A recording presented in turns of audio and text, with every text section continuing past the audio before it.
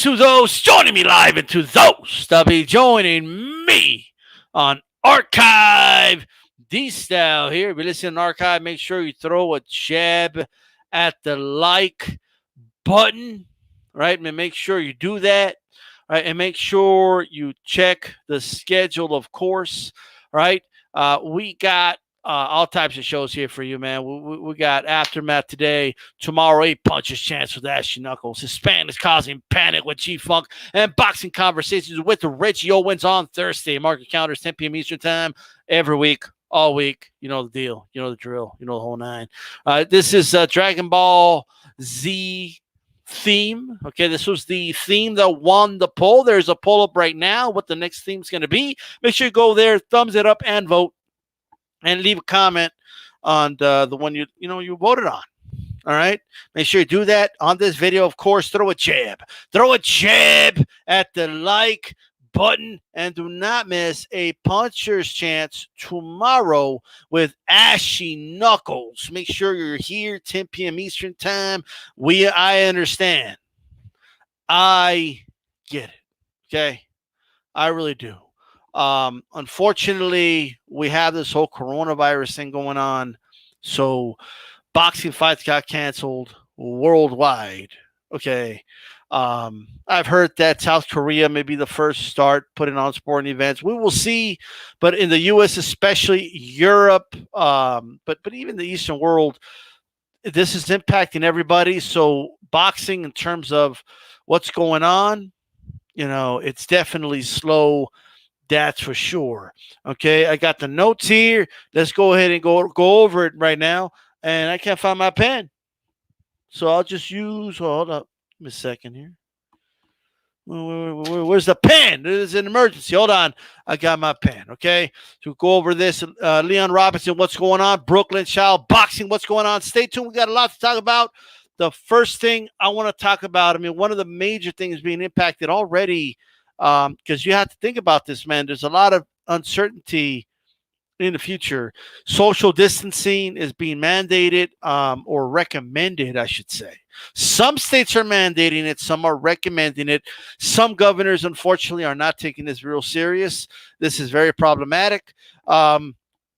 So we have to kind of keep that in mind as we talk about this, okay? I saw an article on BoxingScene.com. You guys should check it out. What's going on, AJ10? You guys should check out that article. A lot of issues going on, right? A lot of problems, okay, with a lot of boxing gyms. Now, this one was specific on a story of a gym. Guys, check that article. But I've seen a lot of reports about boxing gyms struggling right now, and it makes sense. You're going to profit. What's going on? It makes a lot of sense, man. Okay. And what's going on, man? No, I'm not watching that. No, Paul. But what's going on, no, Paul? Stay right here.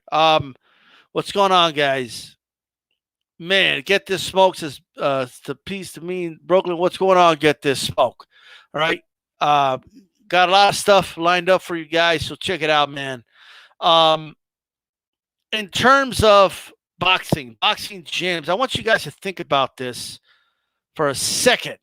I want you to picture yourself in the situation. Boxing gyms are closing down and struggling as it is. Okay. Many of them have turned into boxing gyms / MMA gyms just to kind of keep bringing in young people to their gyms, right? So there's already issues with boxing gyms closing. I've talked about this extensively in the past, okay? And boxing's already a niche sport, and it's a sport that has momentum, but the momentum's definitely been stalled. Now, this is the truth about everything. It's true about every sport. I get it. I understand. I really do, right? Boxing Conversations, Red Jones, what's going on, bro? A lot of boxing gyms are not going to get help, okay? From who? Who's going to help them? These boxing promoters aren't going to help them, right? Old school boxing gyms are dying at age 10. And with this coronavirus thing, They're not getting any money. They still got to pay. I mean, I don't even know how that's going to work. Even if the owner of the gym gets a $1,200 check from the government, right? It's not enough to keep the ship functioning. It's not enough to keep the ship functioning. All right. So it's a lot is being affected right now. And to be honest with you, it's just not, to us, it might seem like the biggest priority in the world. Oh, we got to save the gyms. Now, granted, there's a lot of boxing gyms that will be okay, right? But there's a lot of boxing gyms that will not. I know a local boxing gym here, they don't know what they're going to do. Like, if it lasts a month or two, they might be okay. But if it lasts longer than this, they may have to just close the whole thing down and see what happens after this whole scenario, because we don't know what's going to happen. We don't know what's going to get worse. We don't know what's going to get better. There's a lot of uncertainty right now. And boxing gyms are not in the list of priorities. If you write down the list of priorities of the shit we got to take care of, man, ain't nobody writing down boxing gyms on a piece of paper. Ain't nobody doing it. Nobody should be doing it, because, it might hurt to say that as a boxing fan, but, we have to keep these things in mind. So pay attention locally, to any local gyms you may know of. And whatever you could contribute to those gyms, please do that. Okay? I know I am. So, keep them in mind, and to see what you can do locally if you can. A lot of us are going to be, there's a lot of uncertainty. So a lot of us have savings accounts, but we don't know what's going to happen yet. You know what I mean? So a lot of people are holding on to their money, understandably so, right now. Like, please watch what you're spending money on, because priorities are going to start to kick in. All right? Priorities. What's up, Kelly? What's going on? Priorities are going to start to kick in, and you have to keep those things in mind. So I'm not saying, hey, go fork out money for a boxing gym. I'm just saying, if you got some, see what you could do to help. All right? That's for sure. And when all this is over with and we start the recovery process, hopefully it's not too deep of a recovery process. Just see what you could do, see what you could contribute. All right. Get the smokes hypothesis. Yeah, I got it.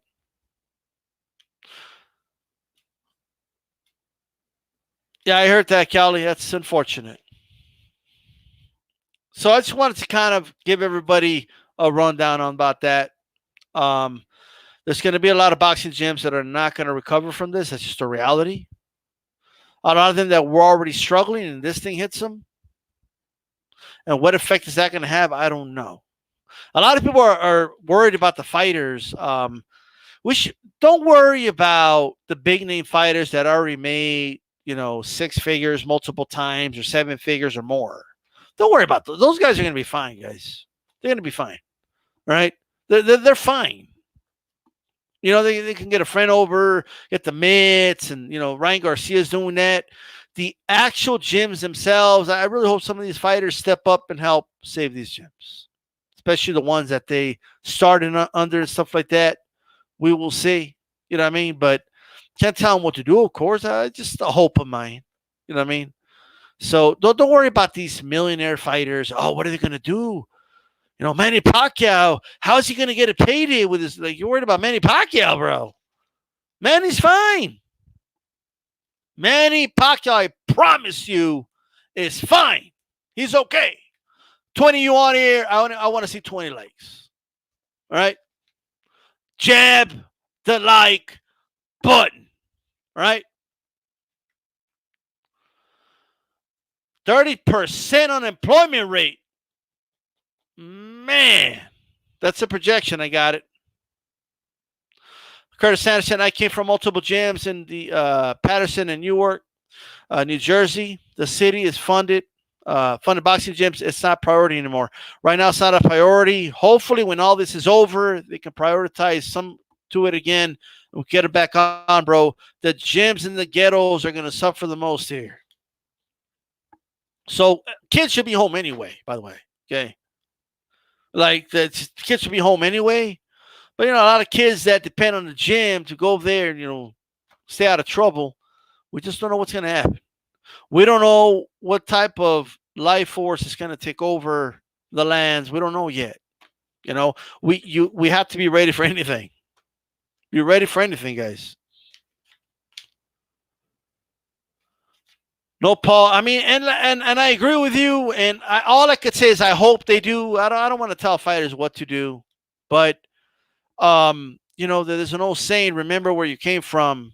And a lot of these fighters start in that little raggedy ass gym with that raggedy ass gym smell.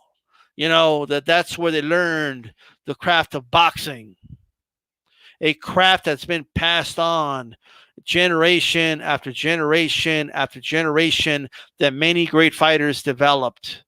And this great art form that we know of boxing, this is where they learned it. A lot of them became multimillionaires because of that. I would hope that some of them can help keep some of these gyms alive. Okay. And like I said, look at your area locally, see what you could do to contribute and stuff like that, especially when all this is over. I know right now it's not a priority for a lot of people, but keep that in mind. All right. Also, this is a lot of places are closed, right? The commission, for those that don't know, is the government, right? So they're not even holding hearings. Any type of hearing the Nevada State Athletic Commission had or anything like that is postponed, okay, indefinitely, and they have no set schedule, right? They have no idea what's going on, and everything should be indefinitely. You cannot say it's a month or two. You cannot say that whatsoever, okay? People need to stop, just saying, oh, it'll be okay next month. Maybe, but you don't know. Trump wants people to get back to work, says Joe Fortian. Certain general said the spread of the virus will get worse this week, and it has. I just saw a report over 40,000 people already have this. Let me repeat. Over 40,000 people already have coronavirus right now, COVID-19. Right now, over 40,000 people. Keep in mind the symptoms could take up to 2 weeks to show. So there's more than that already infected with the virus. It's going to get worse. Just prepare your mind with the thought that it's going to get worse. Have that mindset. If it doesn't get worse, then that's good. I mean, people make it seem like if it doesn't get worse, like, what about it? Good, right? So it's even like it's just the way it is, guys. You know what I mean? To draw it out for you guys, all right? When the virus starts, okay, it's like right here, right? If we didn't do isolation and none of that, right? We just kept doing what we're doing, and people still go to work, still go to the stores and whatever, right? There would have been such a hike, right, where the hospitals could just handle this, man. All right. After this, it's beyond what we can handle, what we're prepared to handle. So the whole point of the isolation, it's not to prevent everybody from getting the virus, guys. It's to slow down the spread of the virus. A lot of you guys, probably me, we're going to get it. Okay, I'm just telling you right now. Like, that's inevitable. Like, the virus, it's going to go from people to person. But now, granted, less people can get it, and it can spread slower if we practice, stay 6 feet away from people. Okay, stay home when you don't go to your friend's barbecue, don't go to house parties, don't go partying the beach. Okay, for now, because it slows down. Even if it goes over what we could handle, it'll be a much slower process. Okay, it buys time, and it's for this short period of time that we have to handle that. That's the whole point. All right. That is the whole point of this, right? If one person, okay, this is a person right here, it's a stick figure, okay? If one person gets the virus, right, and stays home, right? They might infect or practices social distancing, all that. They might infect, let's say, 2 people, all right? For sake of argument. And this person practiced social distancing. Maybe this person doesn't infect anybody because they practice social distancing. And then after this, that's it, right? Boom. It stops right there, right? Let's say that this person instead did not practice social distancing. Then they give it to Mary, they give it to Bob, they give it to Daryl, they give it to Miguel, they give it to whoever, right? And this person doesn't practice social distancing. Okay, I'm going to go to the barbecue, right? Bam, we got another person. I know what this person said. They didn't believe in it. It's all a hoax. Went to church and bam, gave it to like 10 people. Before you know it, this shit is spreading all over the place. So do the right thing, right? And practice social distancing to slow down the spread of the virus. All right? It's not about, people are getting it anyway. Okay. Well, maybe if you didn't get it for another 4 or 5 weeks, instead of now, we don't have to worry about your space, okay, in the hospital. Right? I'm just saying. By the way, I don't know what's up with Top Rank. What's so hard about refunding people their money for an event that didn't happen? What's so hard about refunding people their fucking money? Especially now. Guess what? They couldn't go to the fights. There's 2 events from Top Rank, not just Top Rank, by the way, and not just boxing events, where they're not, Ticketmaster's not refunding people their fucking money. Okay? Do you understand? Especially now. Shout out to Michelle Rosado, a.k.a. Raging Babe. She had an event in Philly. Guess what? She took the hit. She refunded. She gave people the option to either wait for the indefinite reschedule or get their money back. I'm sure Bob Arum's okay. Okay? You're okay, Bob. Okay? Refund people their fucking money. They should be shamed for not refunding the fucking tickets. Okay? Refund people their fucking money for an event that didn't happen, that was outside of everyone's fucking control. Refund them the money. Well, that's it. All right? I'm just putting that out there. They're not refunding people's money. I'm just saying. You got to refund the damn money. Jab the like button. Tony Buswell says, Salute style, great breakdown of this. Makes more sense. We need to share this video. You guys are free to share the video on the social media platforms. Calvin Babayram said he should have known better than to buy tickets from Just Hold Yell. Bob Barum needs to refund people their money. You're going to reschedule the event. You're going to have this event when all this is over, okay? And then at that point, you'll make your money. Right now, the event didn't happen. All right? Give people the option. Look, there's going to be people that are going to say, hey, I still want to see that fight. I'll wait. You know what I mean? That's cool. But give people the option to get their fucking money back, right? Chicago Prophet says, boxing fans spend their money on tickets should be respected. Boxing can't afford to lose fans. Absolutely. Plus, just it's the morally right thing to do. Right?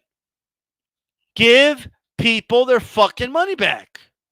And shame on Ticketmaster as well. Okay? Shame on hotels if they're not giving people their money back for reservations they had, right? And then this shit hit. Okay, shame on any type of event, concert, you name it. Shame on anyone who is not giving people the option to get their fucking money back. It should be optional. Shame on them. Especially now. There's people losing their jobs and shit. Right? for something that's completely out of their control. I agree, AJ10. They should have the option. They're not giving them the option. It's pathetic. It's pathetic. It's not just with boxing, guys, okay? But, I mean, it's a boxing show, so I'm calling out Top Rank. That's what I'm concentrating on. When I figure out what other promoters are doing it, I'll say some, right? So it's time to do it, bro, right? Give people their money back. Give people their money back, right? Like this whole, I don't know, we're holding on to your ticket. Okay, we're going to hold on to your ticket, and when we reschedule the event, we'll tell you when the event's going to be, and then you can go watch the fight. Nah, bro, well, what if they can't? There's people that got laid off. As soon as this whole thing stops, they're going to go get another job. They can't just request a day off like that. What if they can't get the day off? What if they just don't want to go? What if it's just not a priority anymore? Another boxing fan will buy it then. All right? Give people their money back. Believe me, Bob, you don't need it more than the person that bought it. You don't need it more. You don't need, those $18, $20, $30, $100, $200, whatever the fuck the ticket costs. You don't need it more. Okay? You just don't. I'm just telling you. I don't give a fuck what the disclosures say. Before some other online lawyer comes here and be, no, but this time it does say that if it's rescheduled due to a natural disaster or unforeseen event, it does say in the little letters right there, it does say that, you got to get it. Fuck you. Okay? Do the fucking right thing. All right? And it's not only the right, that's right, get this, not only the right thing to do, great PR in this news cycle and good business. We're going to give people the money back. We're going to give them the money. That's right. We're going to give them, like, whatever it is, you'll get on, and the Stephen A. Smiths and all that will praise you to the moon. Motherfucker, you got a partnership with ESPN Plus. You'll be okay. All right? Air a boxing fight with no fans in it. ESPN Plus will give you money to air it. Just do that. What the fuck are you doing? I bought tickets to a concert through Ticketmaster. I have no option to get the money back. I have to wait for it to be rescheduled if it happens at all. This is pathetic. It's pathetic, guys.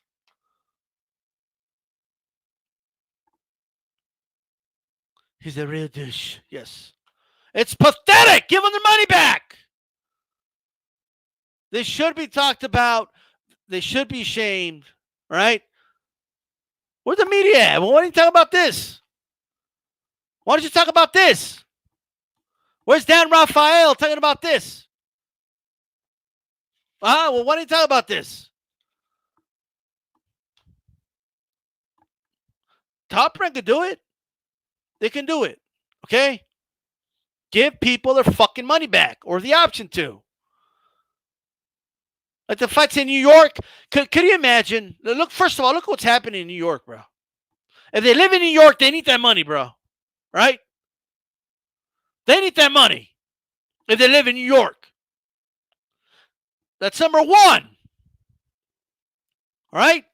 If they don't live in New York, like, what makes you think that they planned this ahead? They got the ticket, they got the reservation to the hotel. What makes you think that the day you give them, all of a sudden they can go?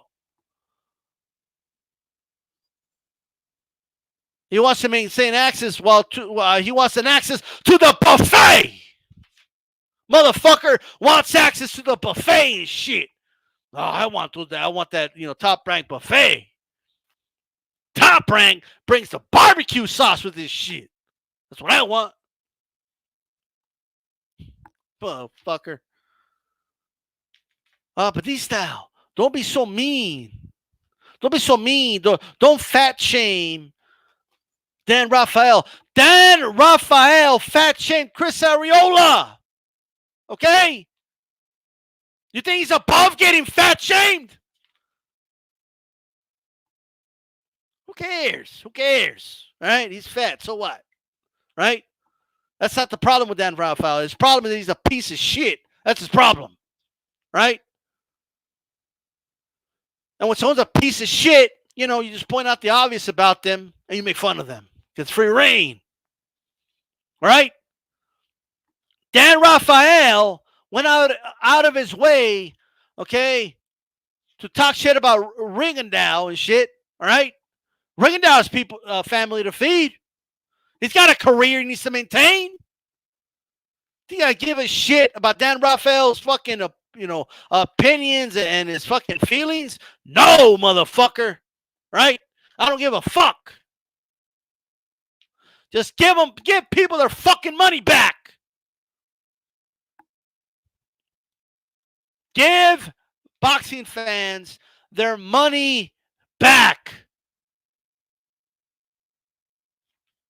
Do you understand? When a fight is back on, other boxing fans will buy it. If they got the money, they'll buy it then. Jab the like button. Give me the 20 likes. I got a dislike. It must have been that fat ass. It must be who it is.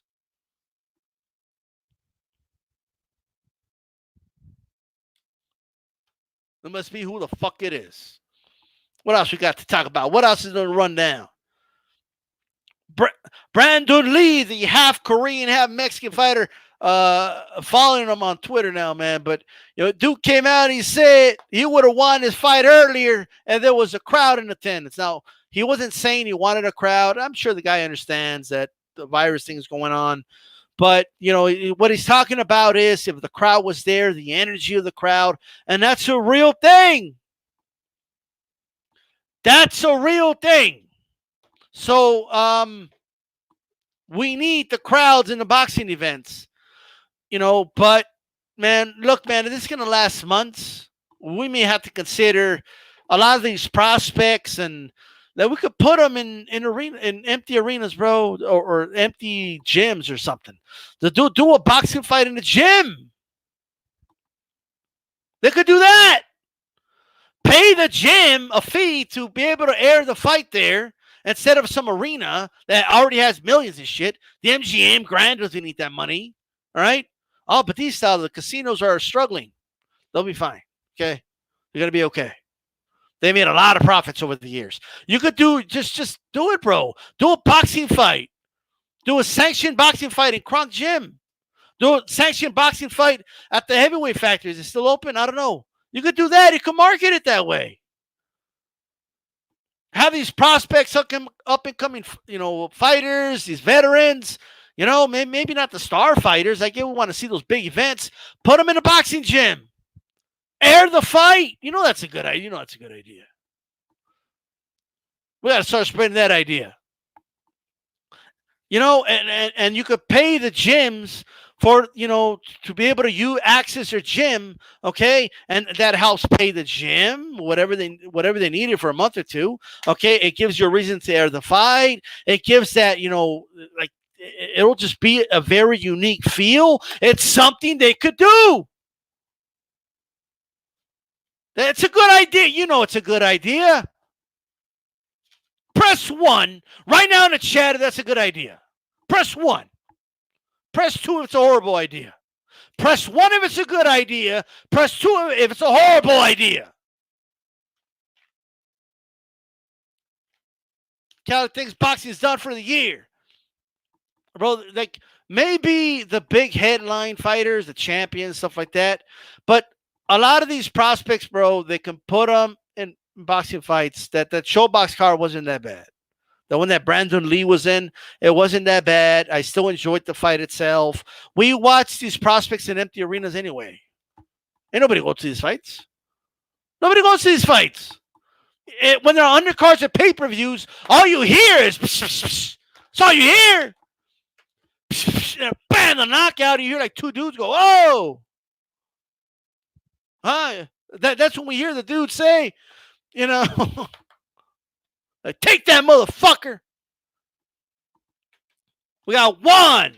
We got one. We got one. We got one. I don't know what 3 means, but we got one. At least it's not 2. Maybe you miss it 2. Think about it. You know it's a good idea. You know it's a good idea. I just came up with it out the fly. It's not on my notes or anything. It's not. It's already. It's not on my notes, right? It's not. But you can just like, oh, we're gonna have these prospect. We're gonna have this prospect out of Kronk Gym. He's gonna be fighting like a fighter out of Wild Card Gym. Okay, we're gonna have some gym wars, and they're gonna be sanctioned fights, something like that. I don't know. Okay, let's have the camera in there and just do the fight. Fuck it. You don't need using the two fighters, the ref, the judges, and the trainer. That's all you need. You could test them for coronavirus and all that before the fight starts, right? That's what they could do. That's what they should do. Have them fight at the gyms. Start doing gym wars and air them. I'll watch it. A lot of people will watch it, actually. Let's do it. And that'll help these gyms stay active. It'll help the gyms. We can get some boxing. It'll be unique. It's not something we're going to continue doing, but it's something we could do for now. All right? We don't need to have a fight in Staples Center. Or we're going to have an empty fight at the Staples Center. They're struggling. We got to give them a sanction fee or something, or we need their site fee. Like, for what? I'd rather watch it than bowling, absolutely. Look, first, I don't know why they canceled golf. Well, why did they cancel golf for?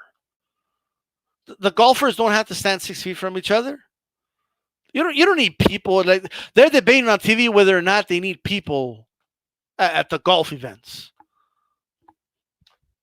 I don't watch golf, but I have no idea why you need people there. What? So you can hear the clapping?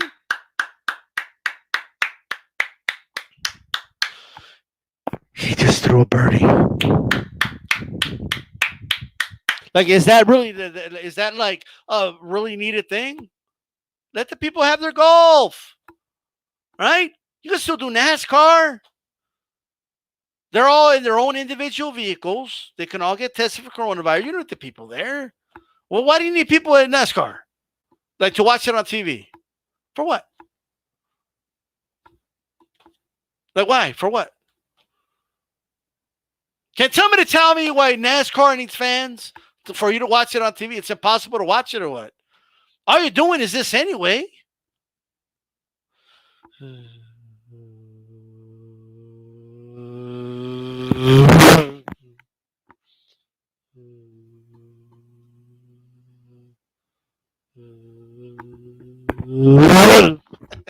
That's all it fucking is. That's all it is. There's a lot of entertaining sports that they could do. Like, you don't need fans there. I could see, like, with football, basketball, I could see why fans are necessary. But you don't need fans for NASCAR. You don't need fans for golf or bowling. You don't need fans for tennis either. The ratings won't go up without the fans. If you put the female tennis players, like that. That's why a lot of you motherfuckers watch it anyway. Just want to see them in the short skirts and shit. All right? Don't lie to me, okay? Like, nah, bro, I need the fans and the tennis to watch those female tennis players play, bro. Okay? That's really necessary. Like, you're going to hear them, all the yelling and the screaming and all that. You're going to hear it. All right? Don't worry about it. I heard to see the 999 the zone charge on my credit card. I'm gonna email them and see if they can put me on vacation status. No, Paul. I believe they have that option to pause it. Yes, I believe the zone does have that option, guys. But I'm just saying. Yeah. Turn left says, was I looking in the wrong? No, it is like that, isn't it? Am I wrong? Am I wrong?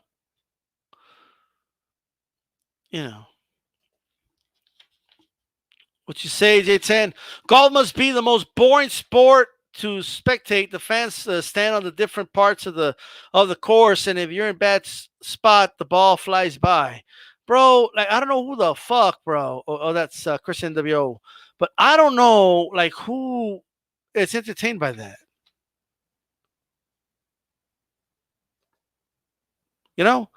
But if there's no fans, bro, like they can argue with the umpire. Is that what they call them in tennis?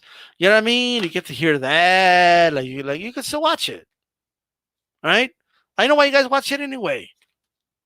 Okay, I'm just saying. Who are you guys kidding, right? But anyway, man, let me tell you, man, Las Vegas though, they're taking a hit, bro. They're taking a hit. They've lost 2 UFC events. They're losing boxing events. So and they're taking a hit. But they'll be all right. Las Vegas will be okay, right? Las Vegas will kick back up again, right? Um. So anyway, well, what else I got in here? Dillian White. Dillian White came out, right? This dude, let me tell you something about Dillian White, okay? Fuck Dillian White, all right? It's number one. Fuck that guy, all right? And there's a lot of boxing channels out here that he's a victim. A victim of what? Like his own self doing his shit? He's a victim? Look, let me tell you something about Dillian White, bro. Dude comes out and he says, I can beat any heavyweights in the world. Any heavyweight, really. And then he added, I just have to come in shape. Yeah. ESPN added golfers as top athletes. Come on, bro. Okay. You could have a belly, literally, and be good at golf. Okay. I'm just saying. Golf's a skill. It's not a, I'm just saying. Right? You don't even have to like move much, bro. Like they even drive you to the ball and shit. You know what I mean? You get in your little what do you call them? The little caddy and shit, and they just drive you there. You don't have to like do your own movement. You don't have to run over there. You know what I mean? You don't have to carry your own shit. You got somebody carrying your shit for you. All you do is walk up to the thing and hit the ball. Swing. That's it. Right? Like, who was the golf player? Was it they got accused of taking steroids? I'm like, that shit ain't gonna help a dude play golf. Who cares? I don't care. I just FYI. I don't care about steroid use in golf, tennis, baseball. Okay. Any non-combative or a contact sport, I don't care. No, but I don't give a shit. Right? I don't care. Oh, but the integrity of the game.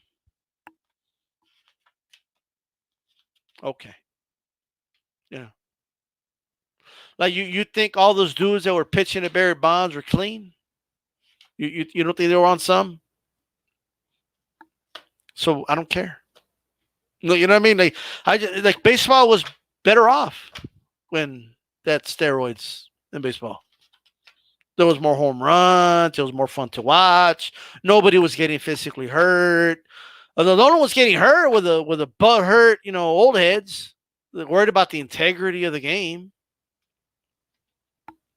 You're fucking shitting me. Like we don't know, a lot of these baseball players were taking speed and cocaine and shit like that. Okay, back in the day.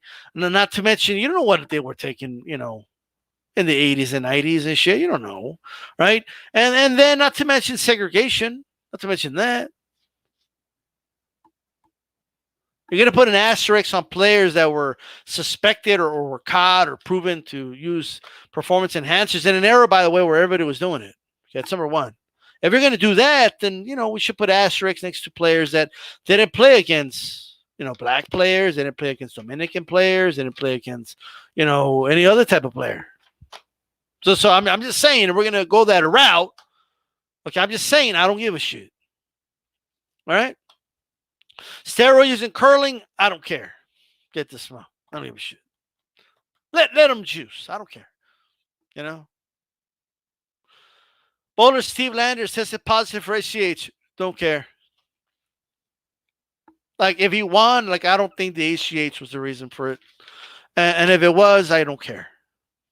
Okay, like it's not a big deal. It matters in combat sports because combat sports, you're literally damaging another human being. That's why it matters. So it's important in boxing, right? But all these other sports, I don't care. I don't give a shit if Tiger Woods was taking HGH. I don't know if he was or wasn't. Okay, I don't even care about the Lance Armstrong. Dude is riding a bike in a Tour de France. So what? I just don't give a shit. I'm just telling you guys. Don't care. Oh, but the kids. Kids.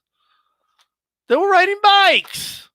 The kids wouldn't even have known if it was a report on. But anyway. Saying. Okay. I like, in other words, I only have so much bandwidth of shit I care about. It's not something I care about. Me vale madre.com, absolutely. Me vale madre. Spanish for I don't give a fuck. Right? Yeah, I got you. You know, don't care. Like, I seen people complain about, well, this I do care about. Hot dog eating contest, right? Right? Look, it's just me. I don't care that they take steroids or whatever. I don't give a fuck about all that. But to me, the bread, like the hot dog should be in the bread, and you should eat it that way. And you shouldn't dunk it in water and none of that. Right? That's how the hot dog eating contest should be. Okay. I'm tired of seeing these thin, Japanese dudes who I have no idea where all that food goes. Right. I have no, like, there's this thin Japanese dude. I don't know where the food goes. I don't know what's up with that. But the dude gets the bread, he dunks it in the water, and then like he eats it, and then he gets like the hot dogs and he cuts them in half. We call them weenies. It's in Latino culture, but he cuts them in half and he eats them this way. Shit's insane, bro. What the fuck is that? Who dunks bread in water and breaks the fucking wieners in half and then deep throats something like that? Well, what the fuck is that? That's not hot dog eating. What the fuck is that? I don't know what the fuck that is. They need some rules and regulations. And then, that glass of water is to drink. It's not to dunk the fucking bread in there. What's all that about, bro? Are you shitting me? It damages the integrity of that sport of hot dog eating. And if people have the audacity to say that Japanese are dominating hot dog eating, that's not the hot dog eating. That's bread dunking, okay, and deep throating. That's what that is, okay. That's not hot dog eating. I'm just saying. Big Dog Willie, what's going on, bro? How you feeling, bro? How are you? I hope you're all right. Maybe not. I think I pissed off a bunch of people that like those hot dog eating contests, right? I think that's what happened. All right. Oh man.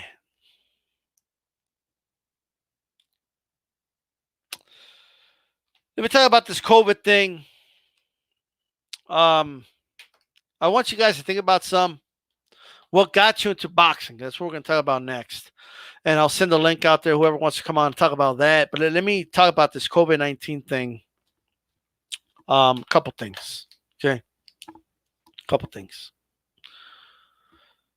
The coronavirus challenge. Right? It was brought to my attention today. Shout out to Cal Enigma. That this girl, how can I put this?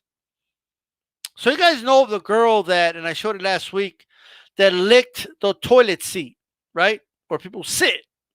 And I say that's I can't think of anything more disgusting than that. That's what I said. Well, apparently some other girl said, hold my beer.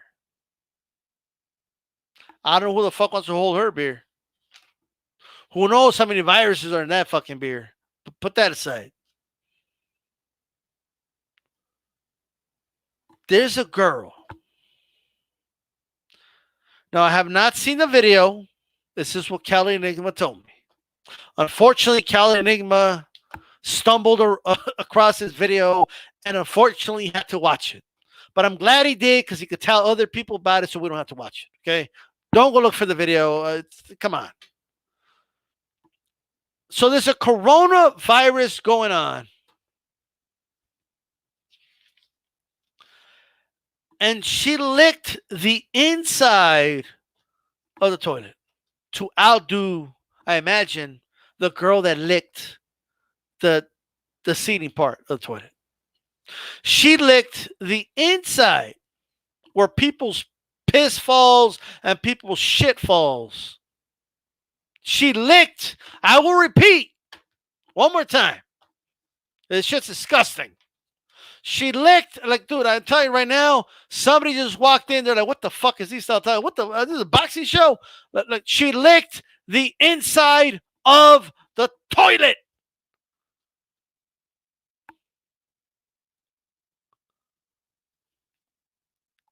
People like that, bro. She don't have to worry about coronavirus, right? Fuck that. Like, that's the least of her problems. Who knows what the fuck she could get, right? But, dude, she probably kissed some dude after. Oh, man. Oh, my God. Ugh. And by the way, can people stop blaming millennials for all this? Okay? It's not the millennials, bro. It's Generation Y, right? I'm trying to figure out what the why is about, but I think I know why. Why? Why would you do that? Like, what are you doing?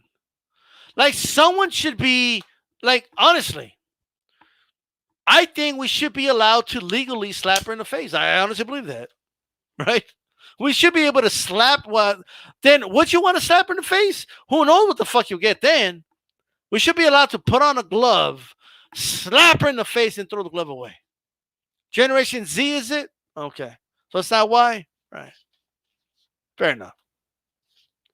Shit's disgusting, bro. Right? There's a coronavirus challenge going on. And a lot of these kids are unfortunately doing disgusting things. There was a video of a dude, like, he's filming himself. He has his phone, right? Dude's got his phone. And he's like, oh, check it out. They say that you can get corona if you touch these items without sanitation, right? There is a roll of women's deodorant, okay? Like, like in Walmart when you grab it and it pops out and then it comes forward. The dude licked the whole roll. He licked the roll of deodorant. What are you doing? Why? Why? What good can come out of that? He doesn't know who the fuck even touched that. That's number one. But number two, other people are going to touch that. So someone's going to grab that. What are you doing? The dude filmed himself doing this. I think the dude should be arrested. Honestly. I think the people engaging in these challenges are putting the public at risk and they should be arrested. Right? Oh, but these style, how can you arrest them? Right? They should be found, they should be shamed, and they should be arrested. That is disgusting. Among other disgusting things people are doing. And then that girl that licked the inside of the toilet, who knows what someone else is going to try and do to beat her. These are like things I don't even think about. I don't want to think about.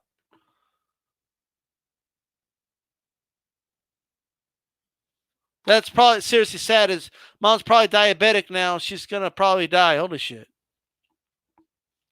This is absolutely disgusting. Press the like button. It's disgusting. Now let me talk about y'all's president, President Trump. Okay. Look, man, Donald Trump. Let me put this video. Let me do this right now. Usually, and usually I got more shit going on the screen, all that. Okay, but it is what it is. Shout out to Big Dog Willie, by the way. He says he feels fine. That's good. Right? Man, well, I saw it on Instagram. Some guy was also doing that thing. What?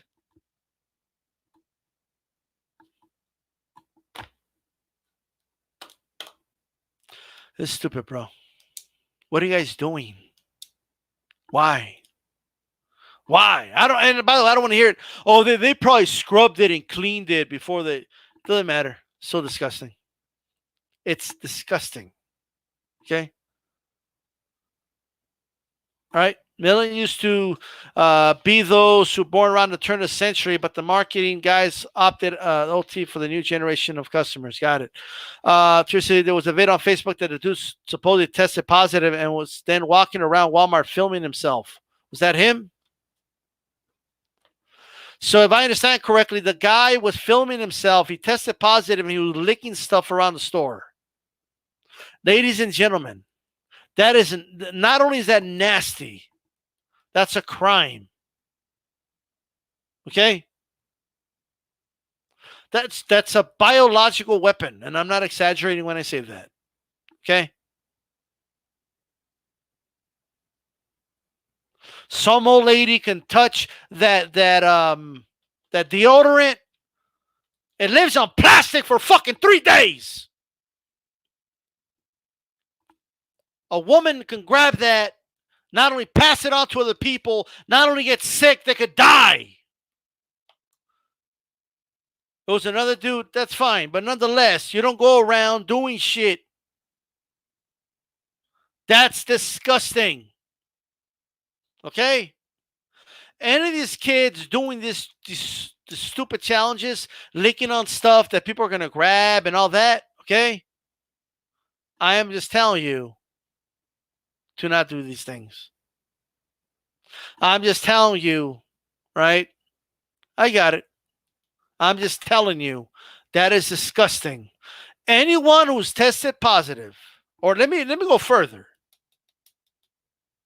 Let me go further. Right? Anyone, okay, that does anything like that. By the way, don't come to my channel, okay, trying to start shit, instigating shit, and talk about other channels. I don't care what channel it is. Don't do it. If you want to come, you can talk about what I'm talking about. You can talk about the topics. You're more than welcome to say what you want. Don't come just starting to start shit and talk about other channels. You're tuning into D-Style Boxing Live. You're gonna, you're more than welcome to talk boxing or the topic we're talking about, but we're gonna stick to that. All right. Just saying. Anyone who's participating in a challenge like this, licking items and stuff like that, should immediately be arrested. Oh, but these is extreme. No, it's not. Arrest them immediately. Okay. There's, I can't think of something off the top of my head, but there's a crime for that for sure. Okay. And test them for corona. If they test positive, right, they should be, punished extremely harshly. That's the only way we're going to put a rest to this fucking bullshit. We're trying to contain this, and you have stupid idiots out there doing stupid things. Right? We're trying to contain this, and we got stupid idiots out there doing stupid things. Stop it. I also want to show you guys some, right? Before we talk about y'all's president, all right? By the way, if you guys haven't checked it out, let me play this. Well, I'll play it right now, but for some reason I can't find it now, but I can't find it, but it's okay. You guys can look it up. There is a video out there of or pictures, I should say. Let me take that back. First of all, there's videos out there in Spain, right? Speaking of Cali, sent me this as well. Of people on the floor. They're lying on the floor because there's no room for them. Right? Because what happened in these places is what we spoke about earlier. Right? There was a big increase onto what the hospitals could handle. Right? And that's sad to see, man. It really is. There's also I saw these photos of these Italian nurses, right? They got marks, right, over their nose like this, like right here, right? For those listening, you have to look at me, but over the bridge of the nose, like coming this way, that way, from the mask, okay? And then they got like marks up here from like I don't know what they're wearing, like goggles or something, like some type of mask that they have on, and because they're working these long shifts. And by the time they take out their face mask and everything, their face is all marked up, dude. Like it's bruised up practically. Like they're working long hours. Nurses, doctors, right? Nurse practitioners, you name it, working long fucking hours. Putting literally their lives on the line. And I know somebody posted earlier about 20 to 30% of Italian doctors got it. Dude, that's not good. We can't have the doctors in beds and sick themselves. Who's going to treat them? And then who are they going to treat? Like, this is crazy. Okay? The UK may be worse than Italy. Could be. It could be. This is absolutely insane. Can you guys stay fucking home? Can you not go to that barbecue? Could you just chill for a moment? This is crazy. This is nuts. Had family members invite me to cookouts on a Saturday. I'm like, what the fuck are you doing? Why? Friends, hey, let's have some drinks tonight. Why? Stay home. Can you just stay home? Seen that meme? It makes a lot of sense. We're not home, okay, for you. You stay home for us, okay? Do it.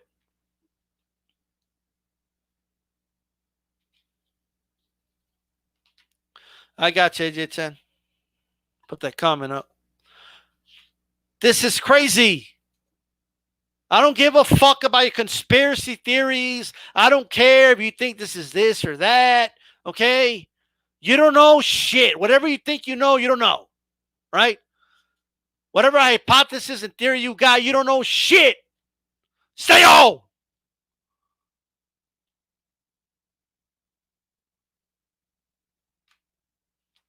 If you need to go out, okay, fine. Fine. Of course, you got to go somewhere at times. I'm out of food. Well, yeah. You're not going to starve to death. So, of course, you're going to go buy some food. Right? Like, I get it. There's times that you have to. But don't be throwing house parties. Oh, I don't give a shit about this. Let's throw a house party. Let's go party in the beach. You got governors in some Republican states telling people to keep doing what they're doing. Keep going to the bars. There's a governor that said, well, we're not at risk here. We don't have any Chinese people, he said. You can't be that stupid, right? You can't be that stupid. We're not catching the disease from Chinese people, right? Like, as long as I stay away from Chinese people, I'm good. Like, no. You fucking blithering idiots. It passes from human to human.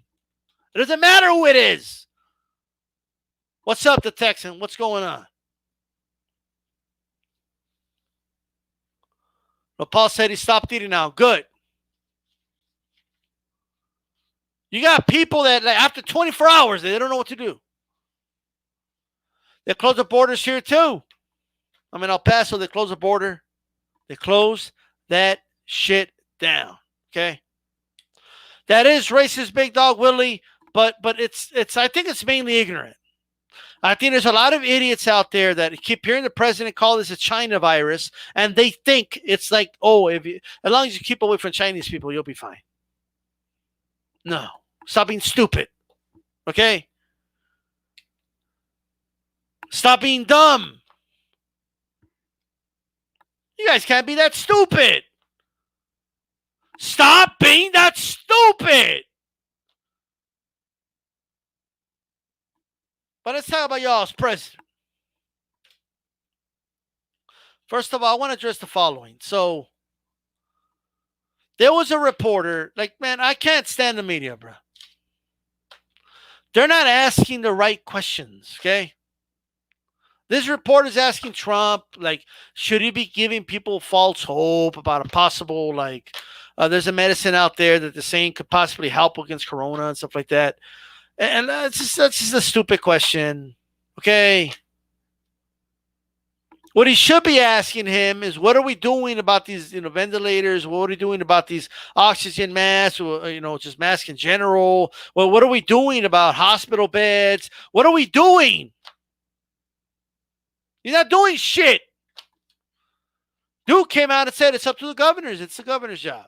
That's what he said. He tweeted out, I'm here to help any governor that fails. He tweeted out. Let's Tiptoe, what's up? Are you kidding me? Are you shitting me right now? Are you for real?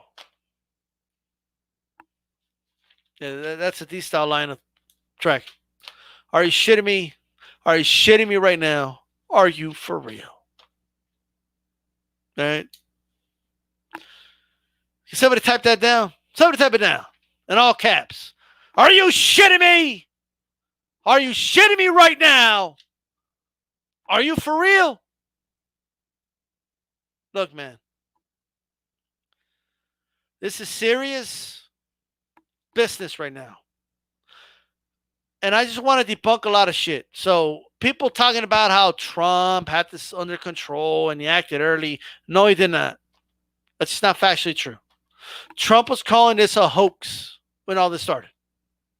He was saying it's a Democratic hoax. He didn't want to do shit about it. In one of his rallies, he called it a hoax. And then when it started, he said, we got it under control. It's one person. It's not going to spread no more.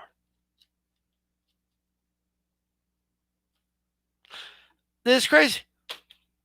This reminds me of that general in Iraq that was getting interviewed and saying that they have everything under control, that they're winning the war against the Americans, while they're literally side by side showing the Americans like invading Iraq and winning the war.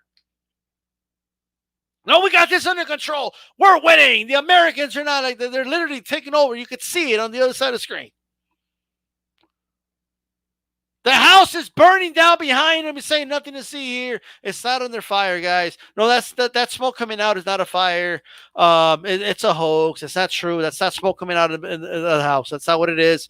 Okay, and then you start, and then you start seeing some some fire, and then but we got the fire. Okay, it is a fire, but we got it under control, and nothing's gonna happen. It's just one room. We're gonna get it off. There's no need to bring the fire department. We got it, and then everything else starts turning on fire. Oh, by golly gee, I don't know what happened. I mean, who could have seen this coming? It was completely unexpected. Well, there was smoke coming out of the fire. You said it was nothing. You said we were all full of shit. Then we saw some fire. You said it's not a big deal. And then the whole fucking house is on fire now. And you're saying, no, nobody could have seen it coming. Nobody could have seen it coming. Are you fucking stupid? You can't be that stupid. Who the fuck is that stupid? And let me go in on both fucking parties here. All right? Let me go in on both of them. Right now, all right? I like that. Get the smoke. I like that. What's going on at the BFTB? Best fight the best. Right. There he is, guys. BFTB. Salute, Tista. What's going on, bro? Right? The one, the only. Best fight the best. Look, man. Let me go in on these guys.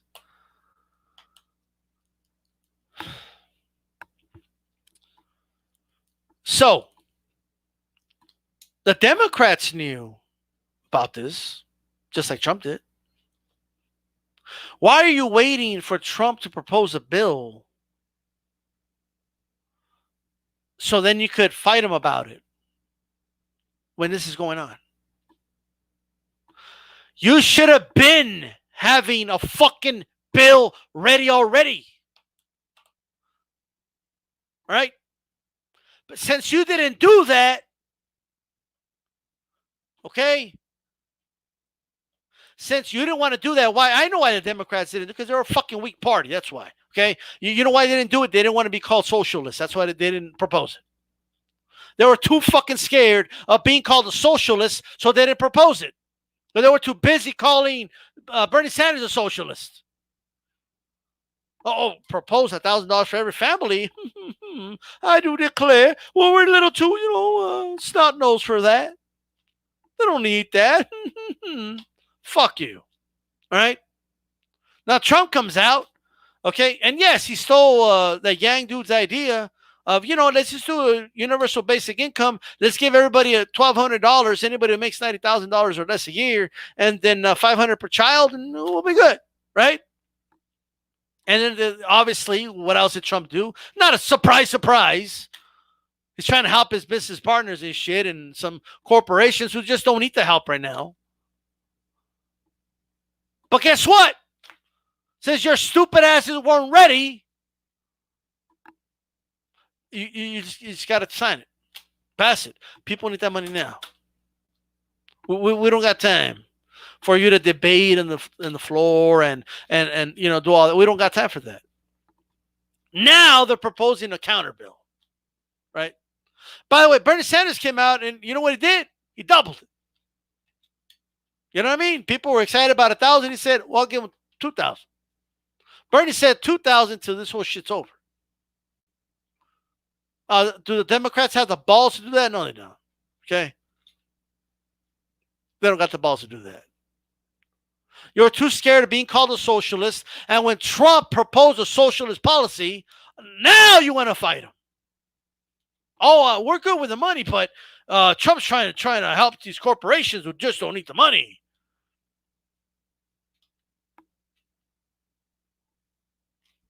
Too late. You should have already had a plan. You should have already been pressuring Trump, okay, to sign this bill. You should have already been on it. You didn't. You dropped the ball because you're a bunch of pussies. That's why. Right? People need the money now. What are you doing? We'll worry about it later. If there's a corporation that got money that shouldn't have gotten money, you'll just tax them later for it. Right now, just pass the fucking bill. It's too late. It's too late. And I know we got to look at the bill. I don't know. What, are you kidding me? Rand Paul is one of the people that wanted to pass an amendment. Motherfucker got the coronavirus, right? Go sit you. The coronavirus had to step in and tell Rand Paul to sit the fuck down. Sit down. Sit your old ass down. He doubled in Paul, absolutely. And what's Biden talking about? I don't know what the fuck Biden's talking about. I don't know what the fuck's talking. I swear, I'm not even exaggerating. They released a pre-recorded video of Biden talking, and I don't know what the fuck he's talking about. Right? People voted for a brain dead fucking. People chose a brain dead corporate Democrat over Bernie Sanders. All right? That's who they picked. That's who they voted for. I don't know what the fuck he's talking about. Can somebody translate to me what he's talking about? Because I don't know. I don't know what he's talking about. But this style, I can decipher what he said. Can you? Can you honestly decipher what dude said? Like, can you for real? And like, they're posting this in his page and everything.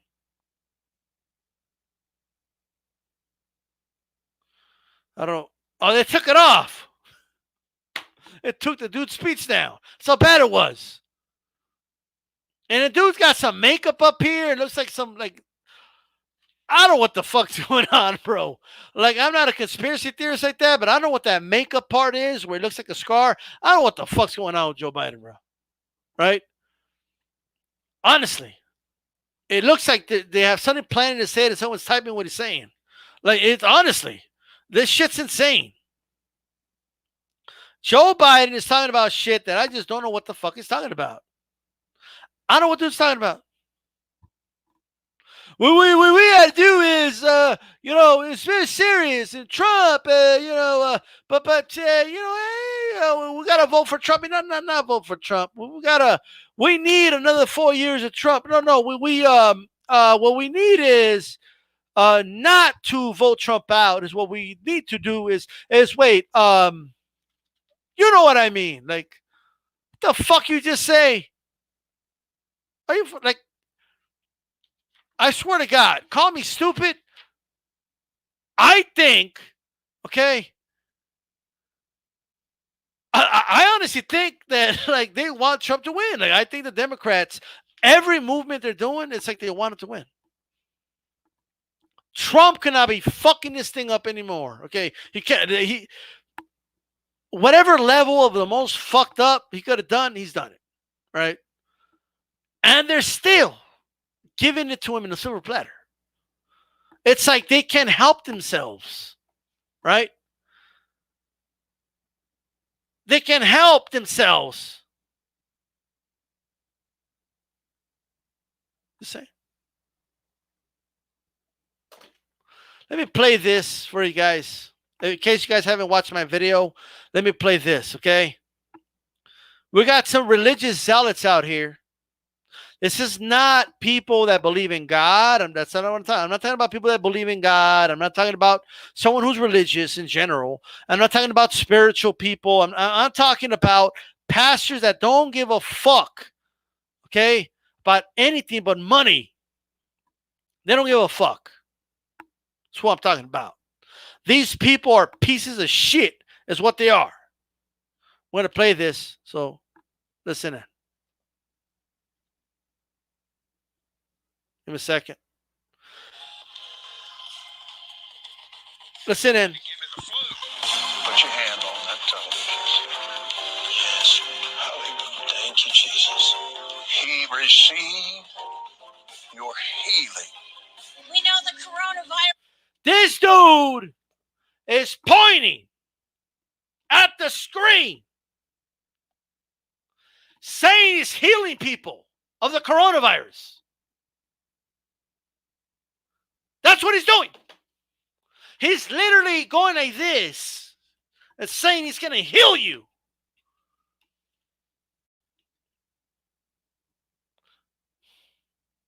Are you serious? Are you serious right now? Are you fucking shitting me? Right now. Who believes this?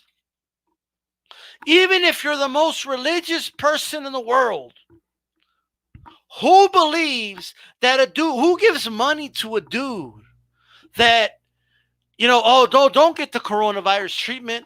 I'll treat you like I don't even know why Big Dog Willie's working right now. Big Dog Willie, just get this dude and just have him just heal everybody.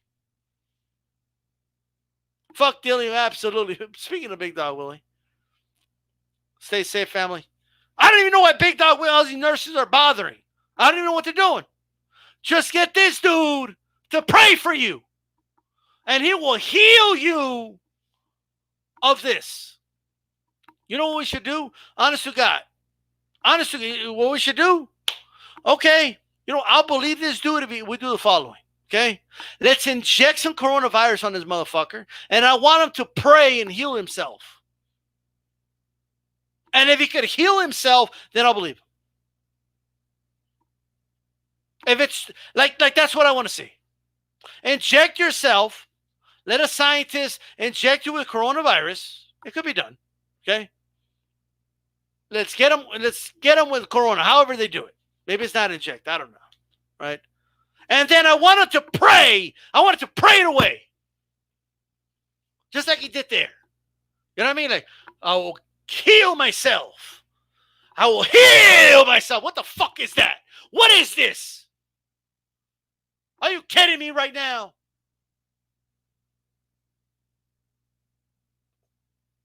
Play some more. Hallelujah. Thank you, Jesus. He received your healing. We know the coronavirus is breaking out here in the United States. For there is fear that is gripped and panicked regarding the coronavirus. The Lord woke me up about 2:30 this morning, and he said, sit down, I'm going to give you the answer. He said, we're looking at the virus. The virus is nothing.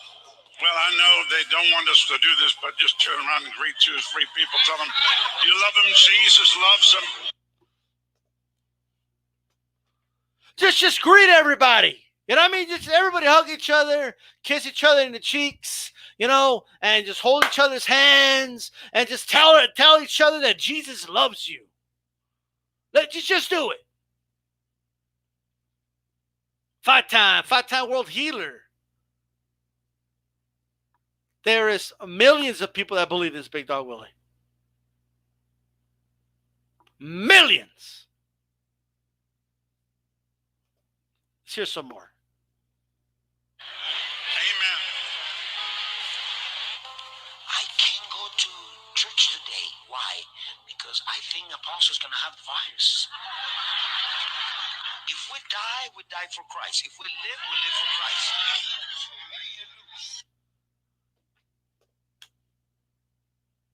If we die for Christ. If we live for Christ. These people are laughing about the virus like it's fake, right? I wonder why. Is it because you can't see the virus? Is that why you don't think it's real? I'm just curious, right? Like, well, what is it? Like they're mocking the virus. Like, oh, the coronavirus. Ooh, it's so scary. Motherfuckers, by the way, by himself up in the stage, and everybody else who get affected downstairs. This is crazy, bro. How one of these motherfuckers get the full-fledged virus? And I want them to, and don't take any fucking medicine, motherfucker. Don't go to the hospital. Don't take up a fucking bed. You pray it away. It's what you do. Pray it away, motherfucker. Stupid. The power of the government stops at that door of that church. You look around our church, you didn't stop these people from coming and needed. You gave it your best shot. The goal, the tactic of the enemy. Stop us from worshiping. And I came today to declare victory over the virus. Motherfucker, we're short on masks, and this guy used it as a gimmick. A nurse could have used that fucking mask. You stupid idiot. Declare victory over the virus. What does that even mean? Someone in your congregation is going to get the fucking virus. I hope you go pray for it. This is fucking pathetic. Stop giving these fucking preachers money.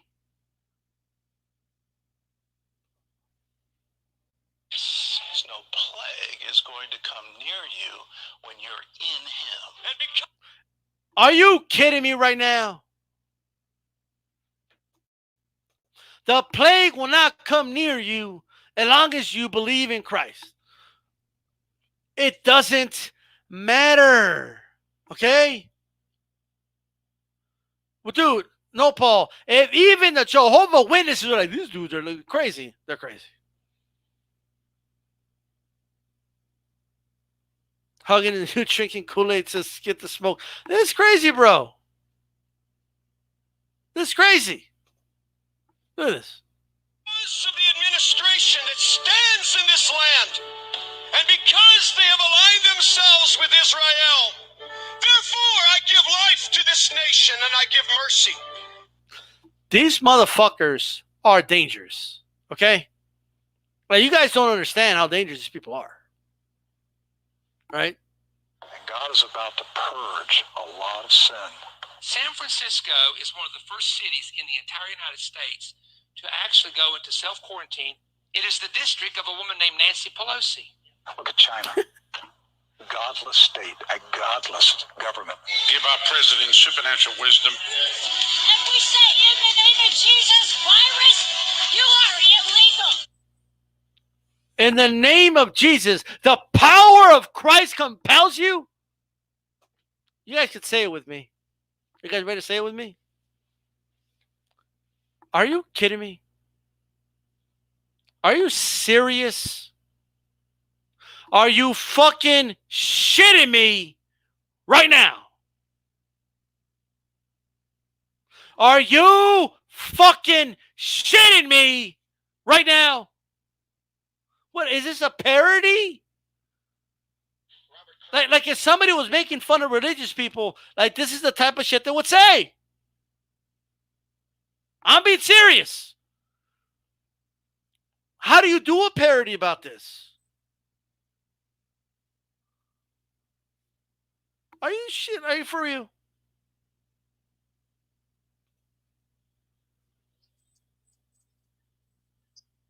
I consider not symptoms in my body. When you take of this bread and put it in your mouth, the healing power will go through your body from the top of your head to the soles of your feet. Pastor, defying the governor's orders, several hundred people. Cancers are healed here. People are healed of HIV in these services. And tonight we're also going to pass out anointed handkerchiefs to people who may have fear, who may have a sickness, and we believe when those anointed handkerchiefs go, that healing virtue is going to go on them as well. Oh, man. You guys could say it with me. Okay. You could say it with me. Hold on. What's this? He's trying to give it the flu. Are you for real? Are you fucking shitting me right now? This is stupid. I'm sorry. I'm passing out handkerchiefs, like blessed handkerchiefs that cure AIDS and cancer and coronavirus. And there's people that believe this? Like, people believe this? Like, for real? This is pathetic, bro. Like someone like that should be arrested. Okay? For, like, if a doctor can be sued for malpractice, okay? How the fuck is that not malpractice? Anybody explain to me? Anyone who claims they could heal people with some fucking potion or prayer or anything like that, okay? I don't think so. That's stupid.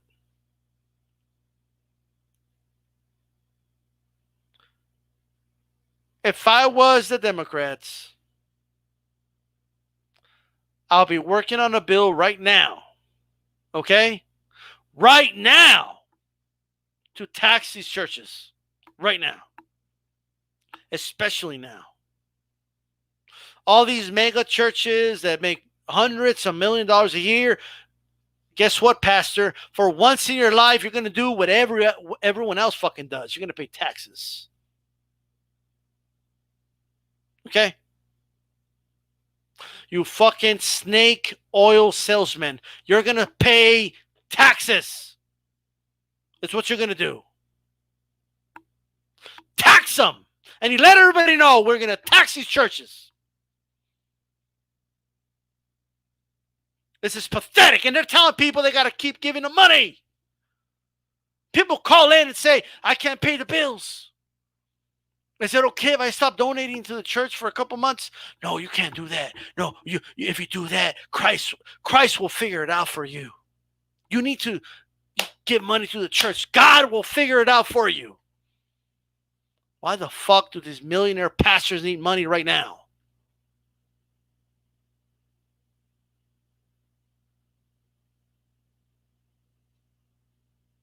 This is pathetic. Are you for real? Are you for real? Are you fucking shitting me right now? Press the like button. Right? What's up, Steven? I was when I was younger. Yeah, I got a comic book theme. Guys, go vote on the poll what the next comic book theme's going to be.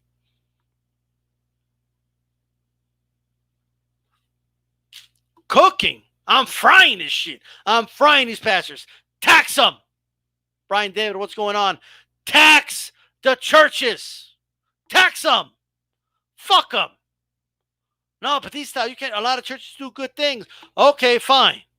Tax the mega churches. The $1 million, hundreds of $1 million churches, tax them. How the fuck you pay taxes when you work? Uncle Sam gets in your fucking wallet, but they don't got to pay shit. They pay no taxes. Are you fucking shitting me?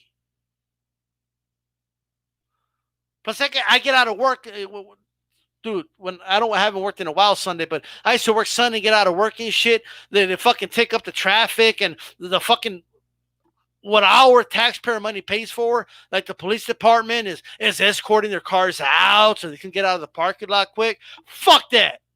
Okay. And all this other silver shit. Oh, the silver. Oh, let me tell you about the silver treatment, the silver this, the silver that, the silver toothpaste. Alex Jones should be arrested for being a snake oil salesman.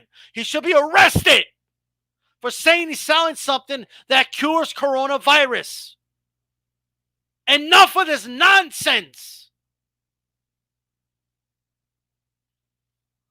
It's unbelievable. That's crazy.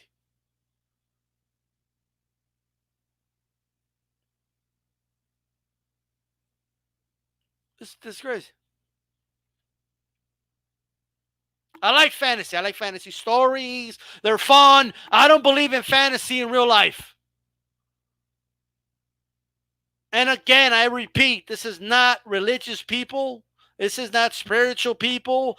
This is these fucking snake oil salesmen, okay, that are selling people bullshit. That's what it is.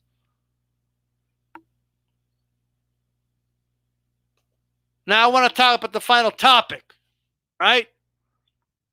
God damn, I went in, right?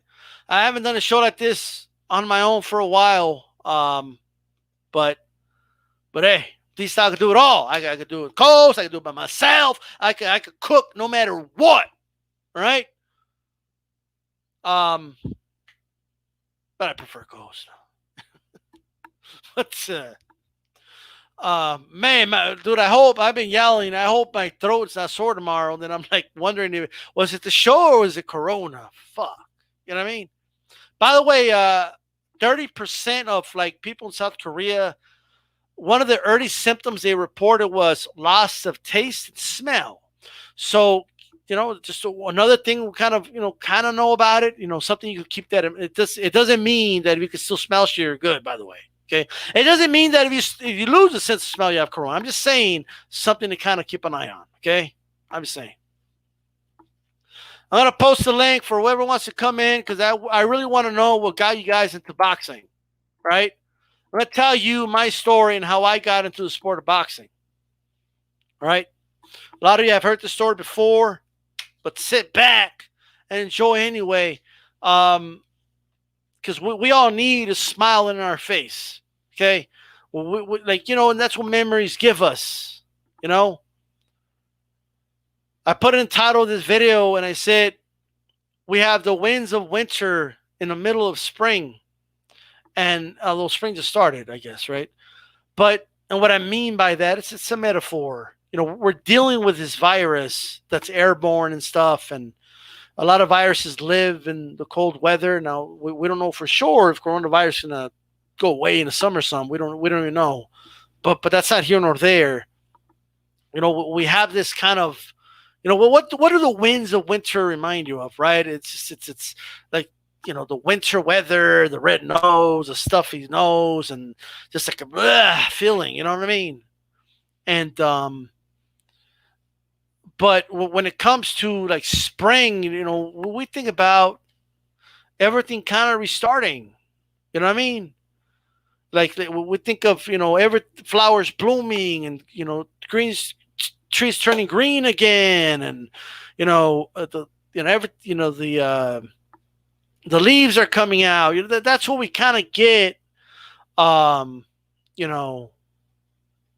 of that. You know what I mean? So we need some kind of smiles and stuff. And one thing people cannot take away from you is your memories. And unfortunately, a lot of us have bad memories and good memories, and the whole nine. It's a mixed bag. But let's think about the good memories, and hopefully, when you got into boxing, it's a good memory. Right? I hope it's not a bad memory. Okay, like man, my first encounter with boxing sucked. This style, no, but like Barrera. Like Barrera admits that he got into boxing as a kid because his dad forced him, and then the kid punched him in the nose, and the dude started to cry, bro. The dude started to cry. He should have quit then. You know what I mean? But he didn't quit. But he was just a kid, and we all know what happened after that. Okay? They're hustling the highest level, absolutely, Brian David. But let's talk about what got us into boxing. Let's talk about that. Let me get Big Dog Willie. He's at work. Let me get him on right away. Let me see if I can get you on. Give me a second. I see you there, Big Dog Willie. Give me a second here. There we go. What's happening? Big Dog Willie. Nothing, man. So you said what got me into boxing, right? Yeah. What got you into boxing, bro? So I was sitting on my grandpa's lap, and I was like 4-some years old. And my dad and my grandpa they made popcorn, some chicken wings and all this shit.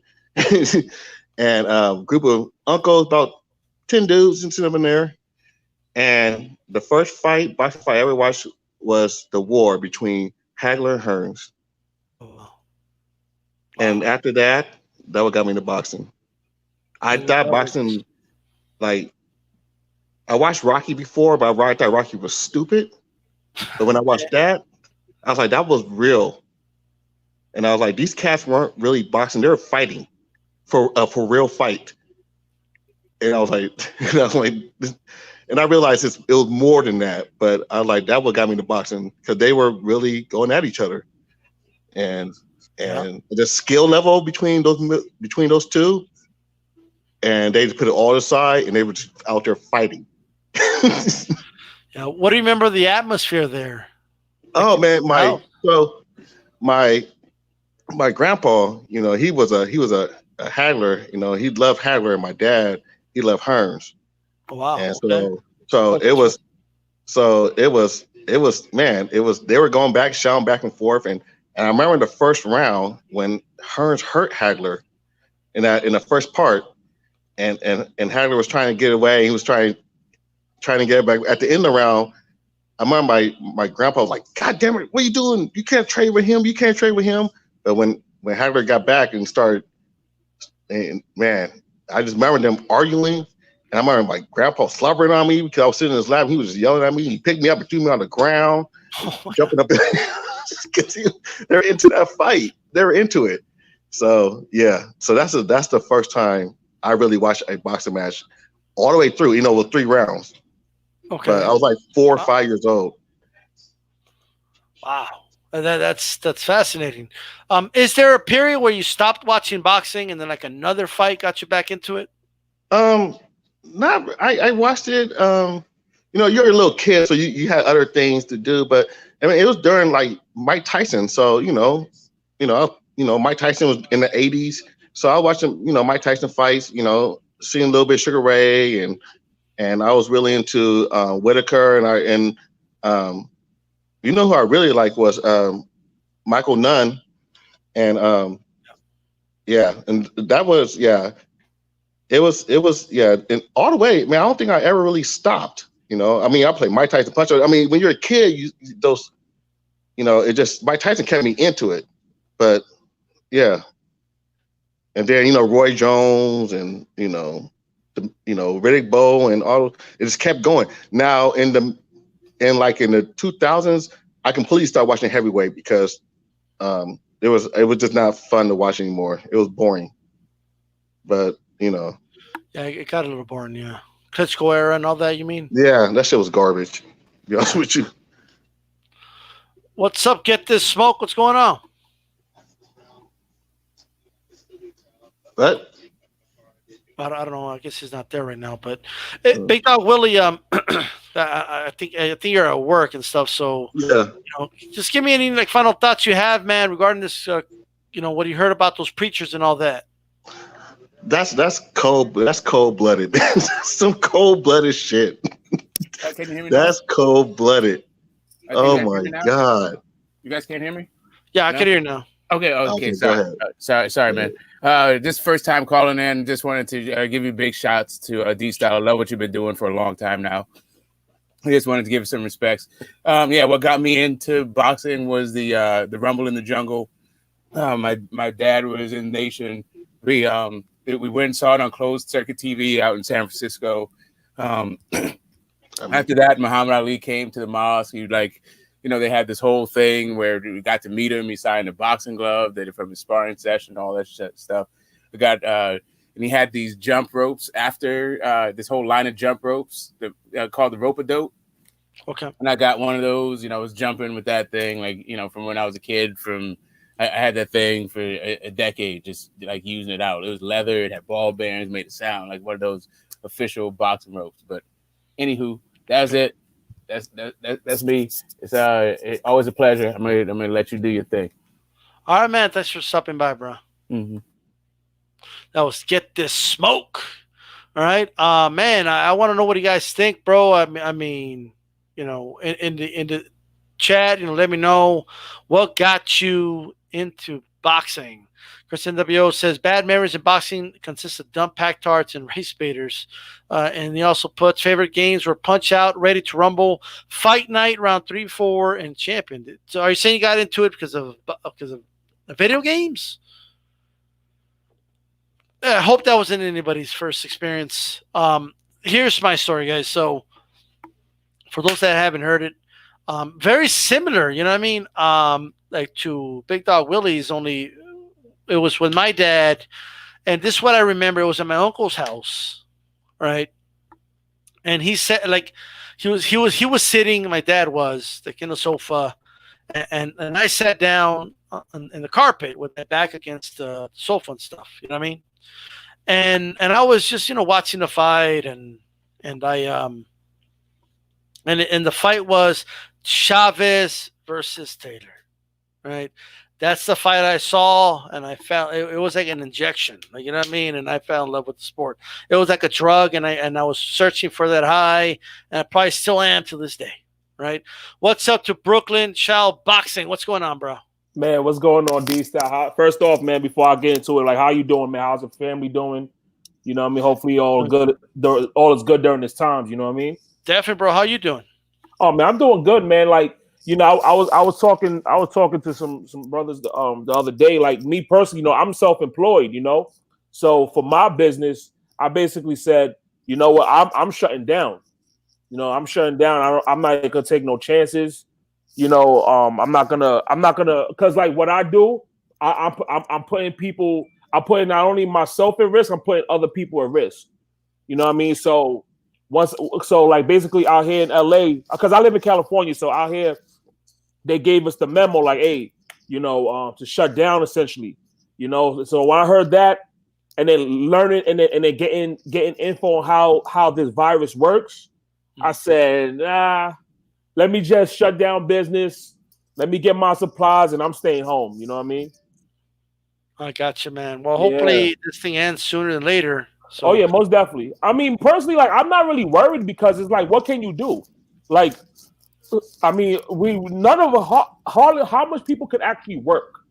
Not everybody works in the medical field. Not every work because actually out here, I don't know if it's like I'm sure it's like this in Texas and everywhere else and a lot of other places, but there's still businesses that's open, but it's just the essential businesses like mechanics, electricians. gotcha. I think I saw exterminators. I think I saw like plumbers, things like that. These are the only businesses that's still like operating, but I don't work in those fields, so it is what it is. I'm just chilling. I But hear you, man. and also too, I'm not paying no rent during this time either. So is if anybody out there, like I gotta look up all the rules and regulations behind that, but just thinking common sense, like fuck, I ain't giving you a penny during this time. Shit, I'm not working, so it is what it is. Yeah, hopefully, they'll pass some to get some money out of people. You know what I mean? Like Oh yeah, most definitely. universal Most basic definitely. income is definitely necessary. That's why I want people that I just think they should just approve it and get it out. You know what I mean? So, Yeah. so how did you get into boxing, bro? Yeah, me, like, it's crazy for me. I can't really remember the first like actual fight because like Big Dog Willie mentioned, him watching Marvin Hagler and Hearns. There's not really one fight in particular, but one thing I can remember being a kid when there were big fights in like when there were big fights growing up. Like I was living in the apartment complex, in Brooklyn, and like all the guys in the all the men around the building, we would all congregate to our landlord's house, to our landlord's apartment, and then like it's just like everybody just watch and like we watch boxing, you know what I mean? And I always thought, and like I said, I don't remember the first exactly. I don't remember the first fight, but just like seeing everybody get together, watching two guys, rumble and shit, like that was always dope. But then like my love, just grew from there. Then I started pinpointing certain fighters and oh, okay, this fight's coming up, that fight's coming up, because like I've been a boxing fan. I've been into boxing since like the late '90s. Because I'm 32. I don't mind sharing my age. Since like the late '90s. So yeah, it just grew from there. Is there a fight that what fights stand out in terms of memories, like when you were growing up watching boxing? Oh yeah. So coming me growing up in Brooklyn, I was a big Zab Judah fan. So seeing him get knocked out to Kasha Zoo, that didn't feel good. Right. Now I seen Zab Judah do some good work over the years, but seeing that was definitely a moment. Tyson versus Lennox Lewis, that was a big, anticipated fight for me. Trinidad and De La Hoya, I remember really being anxious for that. There was another fight. I said Lewis and Tyson. Yeah, there was other fights too, but like those in particular really, really, really stood out. And also too, somebody mentioned a video game. I was really big on Knockout Kings. I think I remember that game. Yeah. Yeah, Knockout Kings for like PlayStation. Like I can remember me and my brother playing that all the time. Actually, that game, you know, it kind of like introduced me to other fighters. Because like for example, I remember that game had guys like Ike Cortez and David Tua. Like they were, you know, like it introduced me to other fighters. So then now it's like, okay, let me. I look forward to watching them fight in person. Oh, another big fight that comes to mind that I was really anticipating for was De La Hoya and Vargas. That Yes. was a big fight I was looking forward to. That's awesome, bro. Did you ever fall off, like stop watching boxing and like a fight caught your attention or something, or a fighter? No, I never really fell off. Actually, it was just more of a thing where it just like my knowledge and my passion for it grew. Okay. So I never fell off because like early, like I want to say like early 2000s, I was just super casual. Like I couldn't name a lot of fighters at the time. You know what I'm saying? I just the big fights. You know, but then from there, you know, you start becoming knowledgeable of the different divisions. Then you start getting knowledgeable on the fighters within the divisions. But then actually, it wasn't until like these last 5 years, I want to say, okay, 2000. I want to say these last 5, 6, 7 years where you really start getting into that understanding the politics. Okay. You know, but I'm not gonna lie, like understanding how the politics and how this shit works now, man, like it definitely you definitely lose a little passion for it a little bit, knowing how the politics works and these fighters avoiding certain guys. It kind of dampers, and then especially like when your favorite fighters lose. On top of that, it hurts. It hurts. You know. Yeah. What's going on, Chief Funky? Hey, what's up, man? What's going on, guys? How's everybody doing, man? How's everything, man? Oh man, busy, man. But I hope everybody's doing well during these trying times. You know. Yeah, definitely, man. Not like Ruben Guerrero, right? I mean, he was a little. Hey, did you catch that? Did you catch that, Brooklyn? Oh yeah. I love those segments, man. It was a funny, man. Actually, there'll be times where, like, because especially in that press conference with Ruben Guerrero and Floyd, I'll be times like I replay that situation where he's like, what do you say? He's like, he's a woman beater, man. You like this woman beater? I'm not gonna lie, that shit. I can watch that 100 times and crack up each time, man. That shit was funny. That's pretty funny, man. That's right.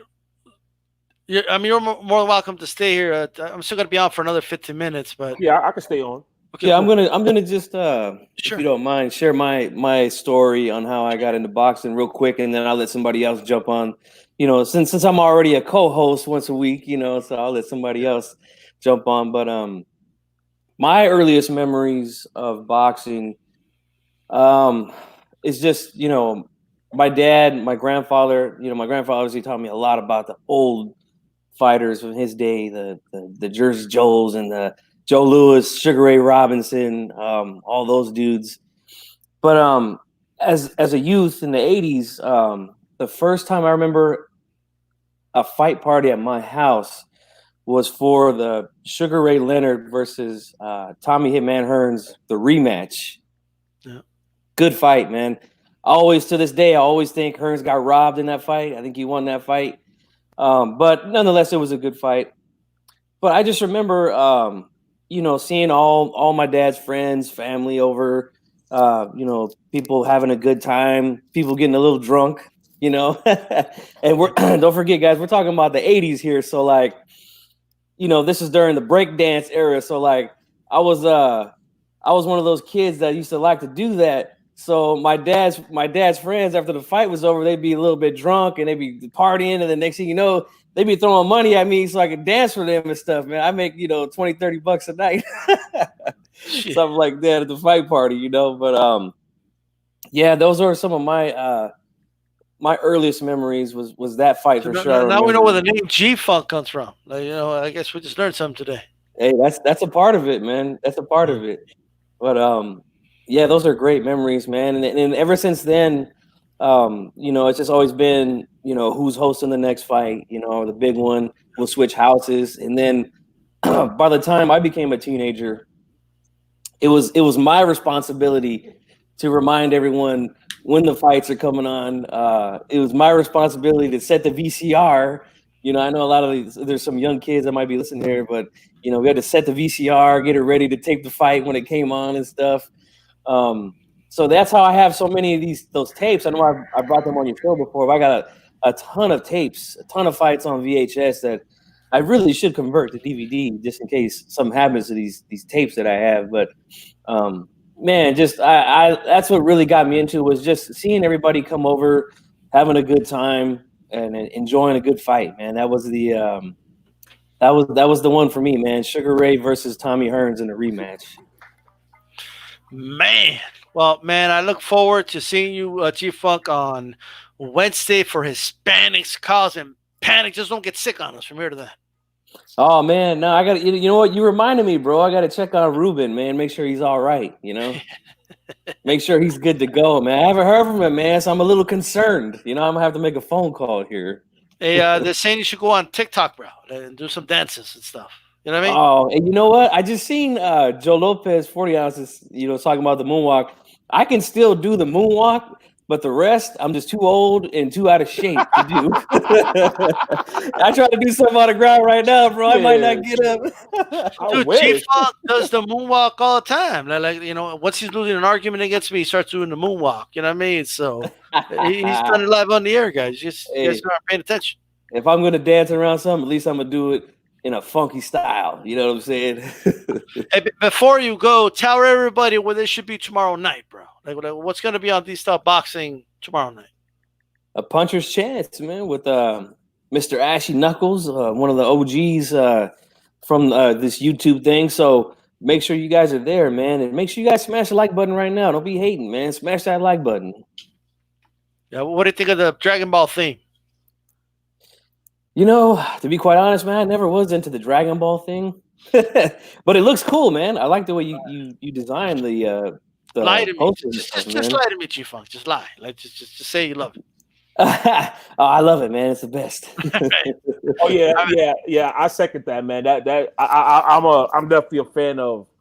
I'm not into like too much like cartoons and shit like that, but like definitely Dragon Ball Z was something that I like for sure. So salute to Dragon Ball Z. Absolutely, man. But thanks for dropping by, G-Funk. No sweat, man. I'll see you on Wednesday, bro. You guys, again, make sure you smash that like button. All right, stay safe out there, bro. All right, you too, man. Yes, sir. That's G-Funk. I wanted to kind of let people know, man, like when I started watching boxing, bro, right? I was a kid, obviously. This was the Chavez-Tater fight, the first fight, which is a phenomenal fight. Whoever hasn't watched that fight, you guys got to watch that fight, okay? I mean, Tater's hand speed is unbelievable. I mean, he's landing, combinations on Chavez. The hand speed is unreal. Chavez is landing. He's picking his spots, and he's landing those body shots. And now, because of that fight, Larry Merchant actually labeled Chavez like he would say that, Chavez is that guy that takes 2 or 3 to land 1. Now, in that fight, Chavez sure didn't have a choice in the matter. That's how fast Maldrick Tater was. But in that fight, it was where Richard Steele, in very controversial fashion, stopped the fight. You know what I mean? Now, leaving the controversy aside, I'm just a kid, right? So it looks to me, even as a kid, I'm listening to the commentators. I'm looking at the mood around me with my uncles and everything. And everyone kind of knows that Chavez is going to lose this fight, going into the 12th round. And then it's like out of a movie. Chavez clocks Tater, hurts him, drops him. And when the ref waved it off, I wasn't like I'm now, where I'm like, why do you wave it off? Should you wave it off? Like all that aside, the experience of that was like unbelievable, right? Like something I will never forget. And it almost felt right. Because, as a kid, you're watching movies, and what happens in movies, it's the character you're paying attention to. In this case, with my family, we're paying attention to Chavez. In this case, he's the quote unquote main character in this in this fight.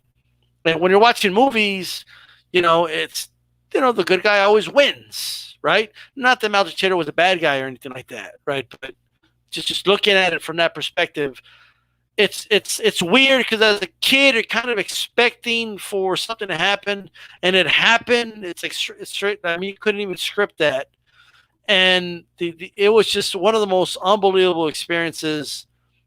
And then as I kept watching boxing, I didn't realize it doesn't always go the way you want it to go. Some of your favorite fighters start losing or getting knocked out and stuff like that.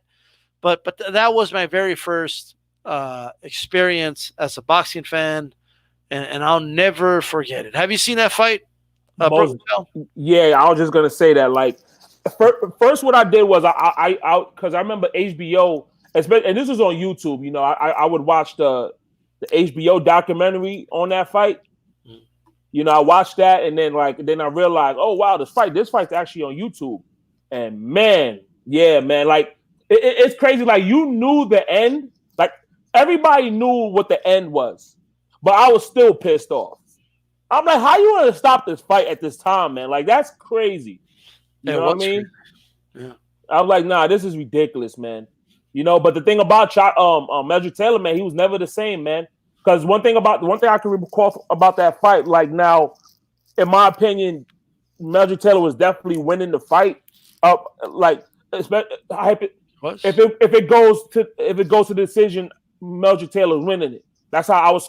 I don't remember how I scored the fight, but I definitely had Measure Taylor winning. But man, dude, like, for him to stop that fight at this time, and then another thing that reminds me, I remember when Lou Duva, he just went berserk in that ring, boy. He went berserk in that ring. But yeah, it's unfortunate, man. Measure Taylor was just never the same after that, man. He was never the same.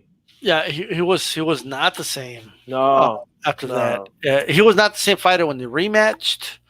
I don't even think the rematch should have happened, to be honest with you. I know Chief Funk's talking about the Chavez Taylor 2. That's when he first saw Trinidad. Is that when he fought Yori Boy Campas? I think it was, and that was a hell of a fight. If that's the fight I'm thinking about. But man, that's the fight that hooked me, man. So, some big fights for me were I know you mentioned Vargas de la Hoya. That was a huge fight. Yeah, I'll never forget that fight. That was a fight where there was a house literally divided. Like one half of that home where we watched the fight were De La Hoya fans, the other half were Vargas fans. Yeah, And I was, I was a big De La Hoya fan, back in the day. Not so much now, but yeah, me not. But when he was a fighter, I was a big fan, and did I think he was going to win? I'm going to be honest with you, bro. I don't know. Like, it was just, but what gave me confidence going into that fight, there was an interview. I don't know who did the interview. It was on TV, and they were talking to De La Hoya, and I remember he said, "Is he bigger than me? Yes. Is he stronger than me? Yes. Is he younger than me? Yes. But I got this," right? He pointed at his head, and I'm a bit. Basically, that means I'm just a smarter fighter than him. Yeah, and I felt he was, and I think he showed it in the fight. I think that was a great fight, man. There was a bunch of Vargas fans saying that fight was stopped early. They were saying it was stopped early, that the ref stepped in too early. I don't know, man. If you watch that fight, I remember watching that fight live, and especially those are the days where my pops, because in my family, it's only me, my brother, and my brother, and my father. We the only ones in the house watching boxing. Everybody else is like women in the house, and it's like, I remember my pops. He had bought we used to have the illegal cable box. We used to have a little hot box that so we was able to watch like all the pay-per-views and HBO cards and Showtime cards and stuff like that, or at least the big ones for me. Because like I said, I wasn't really paying attention to everybody, but yeah, that was definitely a fight that I remember. But for me personally, like, I didn't have a horse in the race. I was just like, you know, those are good times to watch boxing when you don't really have a horse in the race, but you see it's like two guys that's at the top, and you know you just want to see a good fight, and it was a great fight. Right. Another fight for me though that comes to mind that I was really looking forward to was Hopkins and Trinidad in my early years. That was a big, because I remember that fight because it was like a little bit after 9/11. You know, it was a little bit after 9/11, and you know, and for me, I didn't know who Bernard Hopkins was. You know, I'm thinking, okay, Trinidad just gonna steamroll this dude. Who is this guy? You know, and then next thing you know, Bernard Hopkins just puts on a clinic. You know, and now I will say I'm not the biggest fan of Bernard Hopkins now, but when he was fighting, that was my guy. Like I became a fan ever since. You know what I mean? Yeah. Yeah, that was something. And actually, I rewatched that fight a couple months ago. Like I was at the gym, I was rewatching that fight. I was like, man, dude, Bernard Hopkins really put on a clinic. Like I didn't give Trinidad a round, honestly. I don't think those rounds he didn't land a punch, bro. No, it was just really. I don't know. Did you check out Drew Titan? Salute to Drew Titan, man. He had he interviewed. Oh man, what's his name? Yeah, I saw it. No, I was in the stream. Yeah. No, not Sean Bay Mitchell. Joppy. Yeah, William Joppy, and he was basically saying, yeah, man, he felt like he cheated him, man. You know, and there's been other stories that's come out on Trinidad as far as, you know, cheating and behind the scenes stuff, man, and it's unfortunate, man, because I was a fan of Trinidad too, you know, but it's unfortunate that like he has a little cloud over him, you know, especially with the glove, with the hand wraps and all this other stuff, man. Could be. I mean, there's no way to really know. Yeah. But you know, I speaking of Trinidad, I felt De La Hoya beat him, but then when I go back and watch the fight, I scored it a draw the last time I watched it. Even though when I was younger, I thought De La Hoya clearly won. You know what I mean? But yeah, but I gotta rewatch it. Yeah, like it's in it. Like, you know, there's some earlier rounds there where you could give to Trinidad, but I remember when Hopkins was going to fight Trinidad, and I didn't think Hopkins was going to win. I know a lot of people say that now, like, you know, but they don't have the receipts. Like, no one's got the receipts to prove it. You know what I mean? Nah. There was no YouTube at those days. Yeah, they're like, I knew that Buster Douglas was going to beat Mike Tyson. You know what I mean? Yeah, bullshit. I don't know, bro. I don't know. Like, you know what I mean? I don't know about that. Was there a news station that you know, interviewed you or something before the fight? I don't know, you know. But that fight, dude, I wanted Hopkins to win so bad. Like I just, because like, it's gonna sound dumb, but you know, there was like a I don't really buy into it too much now, but you know, there was a Mexican versus Puerto Rican rivalry. You know what I mean? Yeah. And you know, and I was just brought up like, my dad, like, oh, fuck those Puerto Rican fighters. Like, you know what I mean? So I would just hate them too. Like, you know what I mean? You know, but it was all in good fun though. And so I was like, fuck that guy. And they robbed De La Hoya, and you know, and I remember, bro, like the first 6 rounds when I was watching that fight, I was like so happy, but then in the back of my mind, I was like, I hope he doesn't like take his foot off the gas pedal, because he took his foot off the gas. Yeah, because I was like, I don't know, man. I don't want like them to start giving Trinidad. I was scared that they're gonna rob him. You know, I felt like they both fought a little cautious. Yeah, they both fought, from what I can read. I gotta rewatch it because it's been years since which fight are you referring to? I'm talking about De La Hoya and Trinidad. I do agree with that, but I'm talking about the Hopkins Trinidad fight. Oh no, yeah. So for the first 6 rounds, like, Hopkins is clearly winning. You know what I mean? Mm-hmm.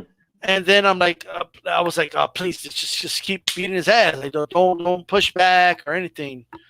You know, and I just remember he didn't. He kept pushing Trinidad, and then his dad ended up throwing a towel. And I've never celebrated that much. Like, there's only 2 times I celebrated that much for a fighter I hated losing.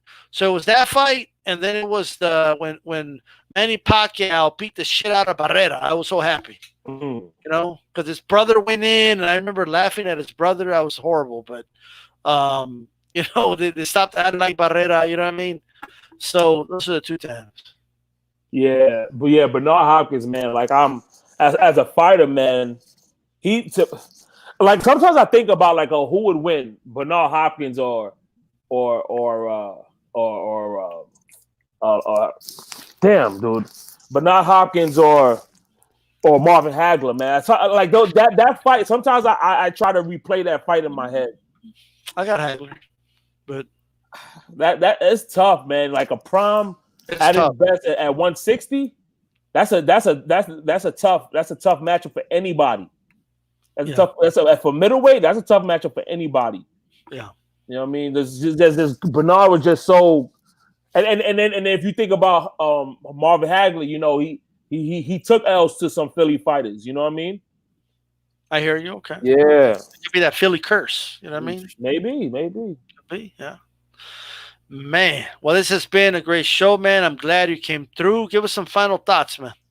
Final thoughts, man. My main thing is because I know a lot of people are still trying to doing their best to do boxing content. Like me personally, like I'm not gonna be doing too much boxing content simply because this coronavirus is just more important. You know what I'm saying? Like I just hope everybody because at the end of the day, this situation, even when it passes through, which I believe it will, but even when it passes through, it's gonna affect boxing for the rest of the year. Or for the next 12 to 18 months, boxing, I believe, will be affected because the economy at the end of the day is affected by this. Yeah. So who's to say? It's like, as a matter of fact, I did a live stream just the other day, and I'm just like, I'm thinking to myself, okay, let's just say hypothetically, okay, boxing returns. What these promoters and people are gonna do? What they gonna be throwing pay-per-views down our throat? You know what I'm saying? It's like, dude, at times like this, dude, I'm not really thinking about. I don't really want to pay for any pay-per-views at this point. For the next 8, for the rest of the year. Like, I really don't want to pay for no pay-per-views. These people in the UK, they're gonna be throwing pay-per-views down the UK fight fans' throats. Out here in America, I heard there was some fights that people was talking about pay-per-view, like Tank Davis and Mares. No, not Adam Mares. What's his name? Leo Santa Cruz. It's like, dude, I'm not paying for that, bro. Like, I'm not gonna pay for that. You know what I'm saying? So, yeah. What? So hopefully everybody's good during this time. You know what I'm saying? So you're saying that the promoters are gonna try to subsidize all this last time? Yeah. Shit. Yeah, for real, bro. It's like, the hell with that.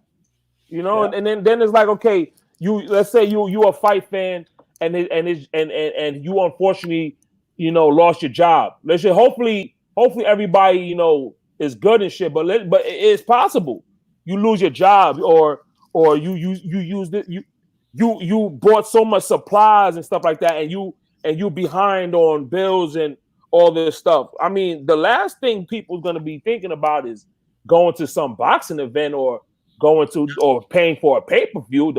The hell with that. So I mean, at the end of the day, man, to everybody in the chat, man, stay safe out here, man. If you gotta stay home, stay home. You know what I mean? I was just talking with somebody, man. She's telling me, yeah, it's crazy. Like, stay home, dude. You know what I mean? Unless you're doing essential work out there, stay home. You should have been able to buy a good amount of supplies. Stay home, stay safe. That's all I gotta say. Yeah, absolutely, man. This is crazy, bro. Check out these texts I got. Look at this. I don't know if you guys can read it. Beers later or what? You scared of some coronas? God.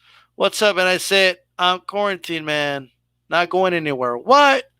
No mames. Ha ha ha. Oh my God. You know what I mean? Like, so, like, people, no. Say no. You know what I mean? Like, yeah, I was just talking with somebody. She was telling me, oh, she's going to a meeting. I'm like, you going to a meeting? You know what I'm saying? Like, you can't have a meeting online.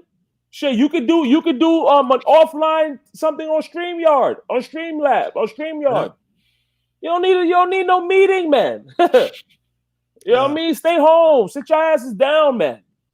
Especially if you don't have no symptoms. Because me personally, I don't have no symptoms. Like I feel good. Like I'm good. You know what I mean? But I'm not about to put myself I'm not going to put myself at risk, man. I'm staying home. Yeah. Oh, for sure, bro. Well, I want to thank you, man, for coming on. We'll do an open forum on Thursday for conversation, so you can come on then if you're available. Oh yeah, most definitely, man. Shit, I'm definitely gonna be available. I'm staying home. Oh, I hear. Okay, you could probably join us for the whole show then. Yeah.